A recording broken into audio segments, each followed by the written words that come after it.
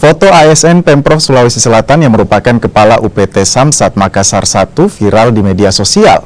Dalam foto itu, ASN tersebut berpose mendukung salah satu pasangan calon gubernur Sulawesi Selatan.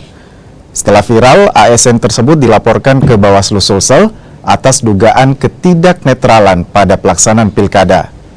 Bawaslu Sulsel pun akan segera menggelar rapat koordinasi dengan sentra Gakumdu Sulsel dan memanggil oknum ASN tersebut.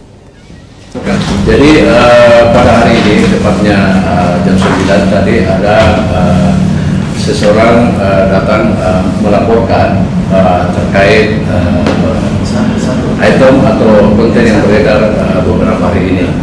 Nah, laporan itu kami sudah terima bersama tim dan selanjutnya laporan ini kami akan kembangkan dalam keterpenuhan bukti-bukti dan unsur-unsur lainnya. Nah, dalam laporan ini kami maksimal 2 hari, ya, 2 kali 24 jam kami memproses ini untuk menentukan apakah nanti persoalan ini memenuhi